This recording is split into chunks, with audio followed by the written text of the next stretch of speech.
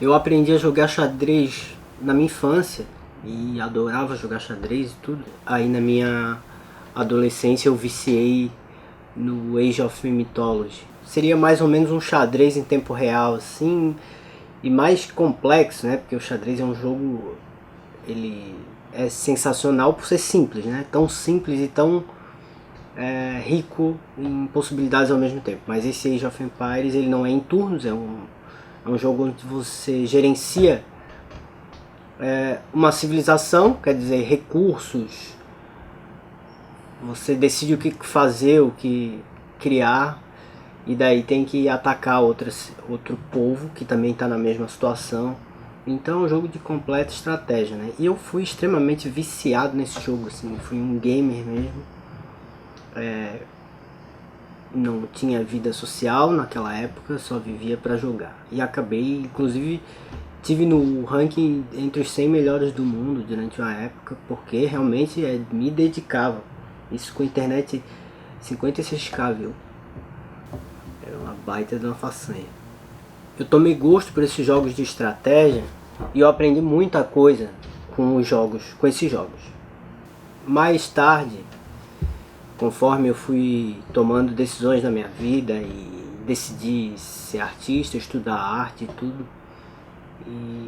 e essa carreira não é uma carreira muito simples, principalmente se você pretende viver da arte, então eu precisei usar de estratégias para conseguir conciliar as coisas que eu precisava fazer e tal, e inclusive gerenciar recursos, né?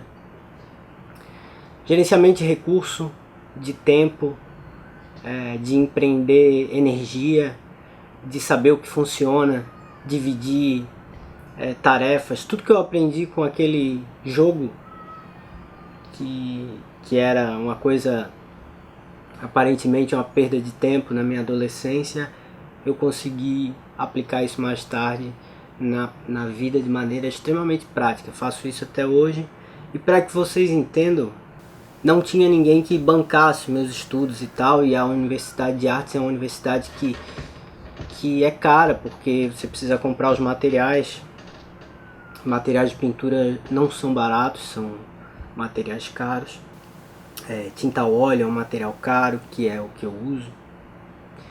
Eu precisava estudar e precisava, por outro lado, trabalhar. Ambas as coisas são de alguma maneira inconciliáveis se for feito separadamente. Por quê? Porque ambas ocupam muito tempo. Se você pretende dedicar a vida a isso, já em si uma jornada de trabalho. Depende de ser uma jornada de trabalho. Você precisa estudar várias horas por dia.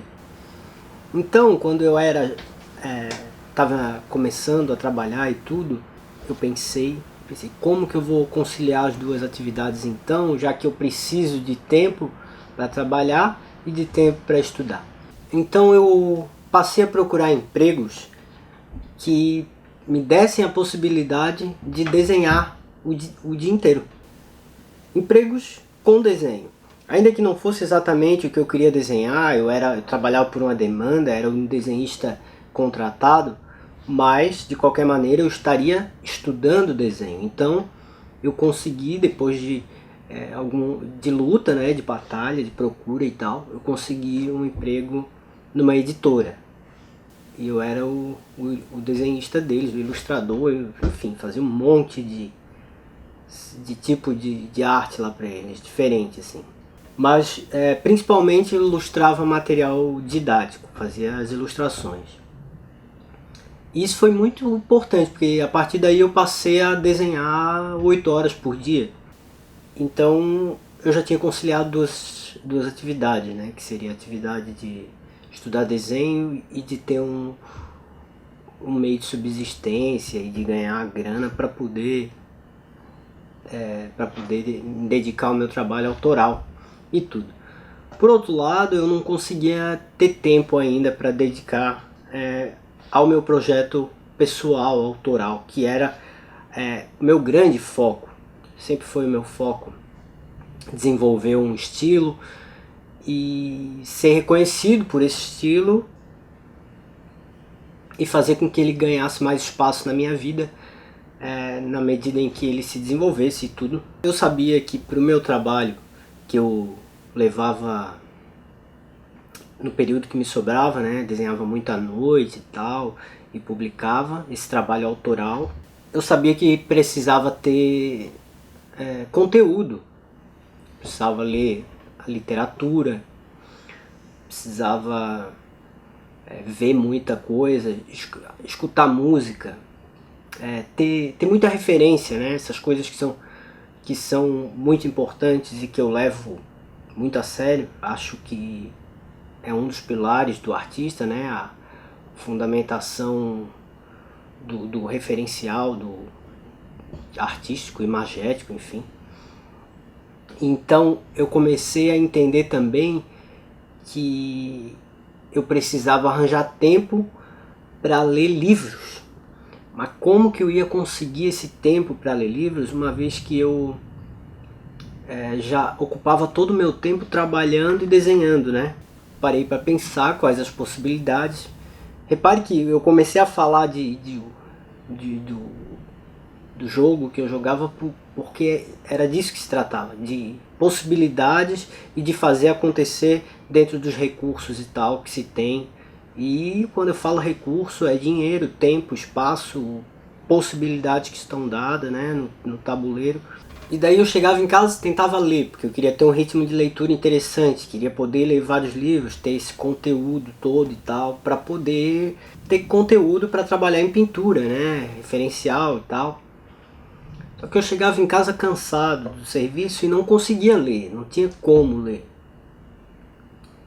Dormia simplesmente com o livro na mão. E aí eu estudei as possibilidades e dentro disso eu consegui achar uma maneira de ler, trabalhar e desenhar as três coisas ao mesmo tempo o dia inteiro.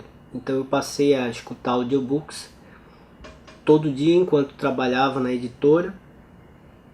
Isso me dava uma média de leitura muito acima do que eu poderia sem esse recurso. Eu conseguia ler alguns livros por mês, às vezes até alguns por semana, porque no YouTube tem muitos audiobooks, vários clássicos. Essas estratégias me ajudaram muito.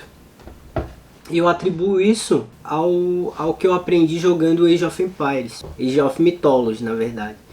E porque também aqui eu tive que aprender a me virar, né?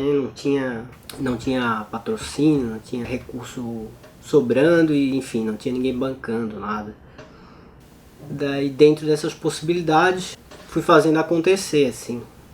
Muita gente me ajudou, é claro, mas também passando um monte de dificuldades e tudo. E hoje eu acho interessante, eu vejo um monte de gente aí copiando e tal, se inspirando no estilo, né? Alguns se inspirando. Geralmente é um pessoal novinho, né?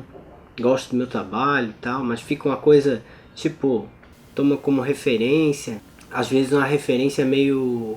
que fica meio óbvia e tudo, mas também não cita a referência, não faz alusão nem nada. E daí, pra mim, só fica essa ideia, sabe? De tudo que a gente fez pra chegar onde chegou. E a pessoa pega pronto agora e acha que vai, de alguma maneira... Assim, ó, de certa maneira eu fico lisonjeado de ver as pessoas gostando do meu trabalho e tudo, e se inspirando, mas eu queria dizer que existe um respeito que tem que ter para que a coisa não mude para um plágio, fique muito descarado.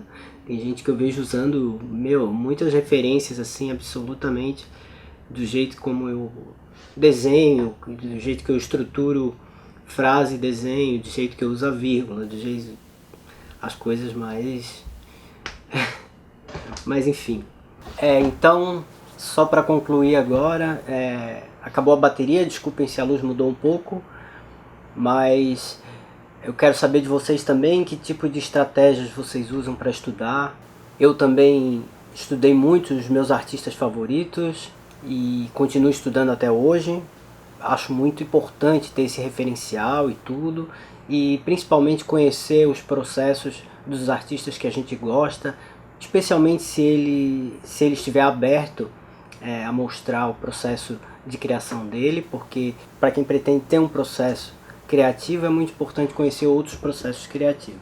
Também fica essa dica de que quando a gente usa referência, é importante a gente usar essa referência com consciência, sem que se torne aí uma espécie de plágio ou algo do tipo. Mas também errar é humano e tá tudo certo, até um certo ponto. Obrigado quem assistiu até aqui e até um próximo vídeo. Valeu, galera!